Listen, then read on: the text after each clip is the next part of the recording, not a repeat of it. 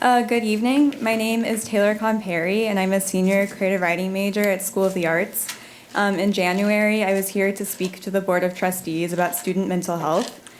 Over the past couple months, I've worked with my administration to organize and facilitate a roundtable discussion with 8 seniors at SOA surrounding the topics of school climate and student mental health. Today, I submitted a formal report to my administration analyzing my findings from the roundtable. The experiences students shared with me were disheartening, to say the least.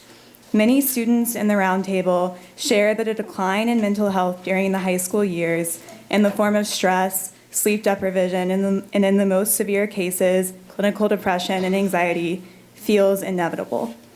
In schools, poor mental health is the regular, said one student. It's normal to feel stressed all the time and generally unhappy.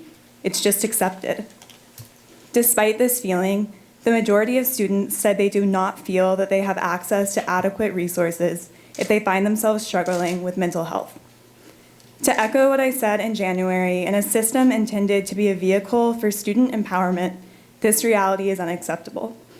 When student mental health is at risk, student participation decreases, test scores fall, student-teacher relationships suffer, and general class morale dissipates. As the Board of Trustees finalizes the budget for fiscal year 19, I urge you to strengthen mental health supports for students and specifically consider hiring a full-time school psychologist for every high school in CCSD. I urge you to prioritize the emotional well-being of the students you work so hard every day to serve. Thank you. Thank you. Thank you.